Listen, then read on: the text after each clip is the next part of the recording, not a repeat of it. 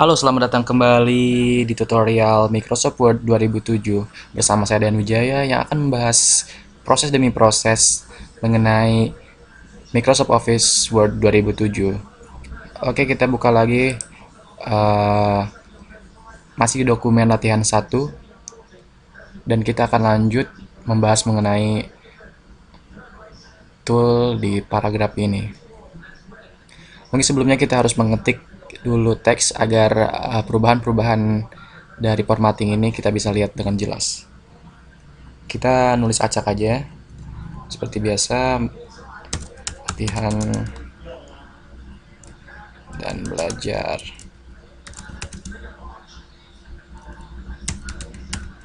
Microsoft Office 2007 bersama Dian Wijaya.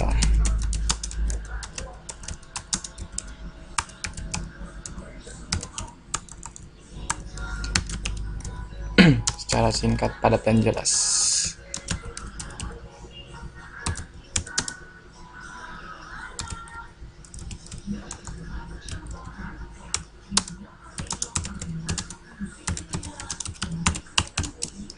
Oke, di sini kita bisa melakukan formatting di paragraf dengan menggunakan beberapa macam, misalkan pertama di sini bullet. Bullet ini berfungsi sebagai tanda atau seperti sub-sub atau tulisan yang akan kita buat secara berurutan atau sub, atau menggunakan numbering, angka, dan ini multi-level list. Jadi seperti membuat daftar ke bawah secara berurutan, misalkan seperti ini. Kita membutuhkan angka 1, kemudian 2, namun ada tulisannya.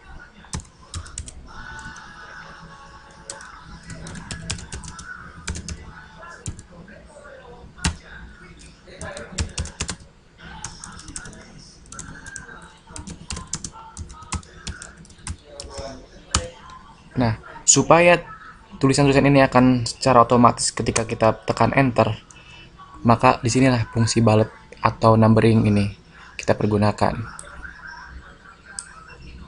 Kita bisa membuatnya dengan mengklik ini. Kita bisa pilih apa yang akan dijadikan, seperti ini misalkan tulisan angka ini. Kita bisa lihat perubahan yang terjadi pada teks yang telah kita blok tadi. Telah terjadi perubahan dengan tanda bullet, atau kita bisa pilih di numbering ini untuk menjadikannya angka secara berurutan.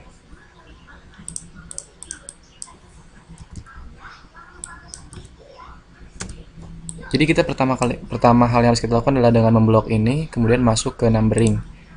Maka otomatis ketika kita tekan enter, ini akan berurutan secara terus menerus angka yang selanjutnya.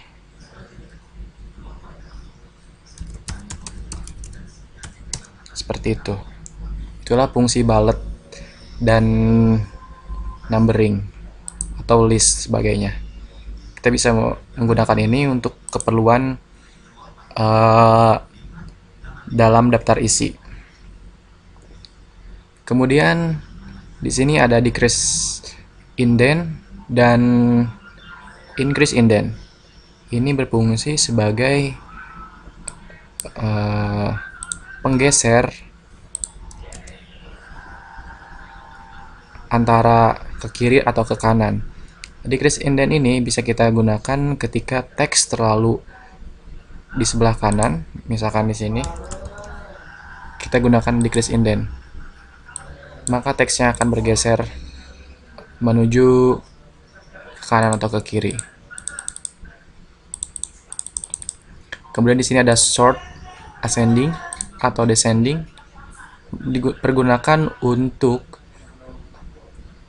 mengurutkan alfabet atau angka yang di sini yang kita inginkan. Bisa dari sort ascending, itu dari yang kecil ke besar, atau descending dari besar ke kecil. Sebagai contoh, di sini ada angka, kita bisa sort apabila menginginkan dari besar ke kecil, tinggal rubah ke descending, maka urutan tadi yang angkanya di bawah akan menjadi ke atas, sementara yang atas di ke bawah. Bila kita kembalikan akan seperti semula. Ini juga berlaku mengenai huruf. Dari alfabet dari A sampai Z, maka akan diurutkan dari A ke Z untuk ascending, dan dari Z ke A kalau kita klik descending di sini. Ascending itu artinya berarti naik, atau dari yang terkecil ke besar. Descending itu artinya turun dari yang besar ke kecil. Begitulah kira-kira penjelasannya. Kemudian di sini ada yang namanya show paragraph mark. Di sini berfungsi sebagai simbol atau pengecekan bahwa setiap penulisan pada tulisan kita itu terkonsep dengan benar, apakah ada spasinya, ada berapa kali enter. Kita bisa cek di sini dengan menggunakan ini. Seperti contoh di sini sudah kita lihat, ini berarti menandakan akhir dari setiap kalimat. Titik di setiap antara kata per kata itu adalah spasi, tanda dari spasi ditandai dengan titik. Dan ini tanda seperti ini, kayak terbalik warna hitam ini menandakan bahwa itu akhir kalimat. Seperti ini. Berarti ini sudah menandakan ada spasinya. Spasi di antara antar kalimat. Dan apabila seperti ini menandakan adanya tabulasi atau tab. Kita bisa membaca ada berapa kali tab di setiap kalimat yang kita buat tadi. Misalkan ini juga tab, ada spasi. Hal ini memungkinkan untuk editing, memudahkan Anda untuk editing ketika di sini misalkan tidak ada spasinya. Kita bisa melihat dengan jelas bahwa urutan-urutan di sini tidak ada spasinya. Jadi kita bisa edit langsung dengan spasi. Atau mungkin ada spasi yang berlebih, maka di sana akan muncul tanda titik yang sangat banyak. Itulah fungsinya dari mark atau ya marking paragraph ini ya. Kalau sudah selesai, kita dapat menonaktifkannya kembali. Lanjut mengenai alignment atau tentang meratakan teks ya.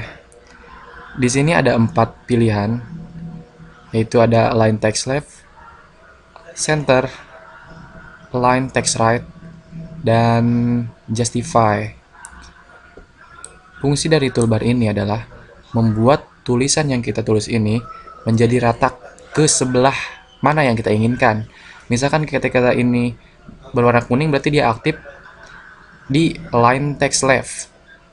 Kita bisa mengklik ini untuk membuat semua teksnya bergeser ke sebelah kiri atau rata di sebelah kiri. Ya. Ujung-ujung dari awal paragraf akan rata ke sebelah kiri. Ini juga bisa digunakan melalui shortcut dengan menekan Ctrl dan huruf L pada keyboard Anda. Dan apabila kita menginginkan agar teks ini rata di tengah, maka kita pilih center. Center ini menjadikan paragraf Anda menjadi lurus atau di tengah-tengah. Seperti contoh. Semua paragraf akan dimulai di sebelah tengah.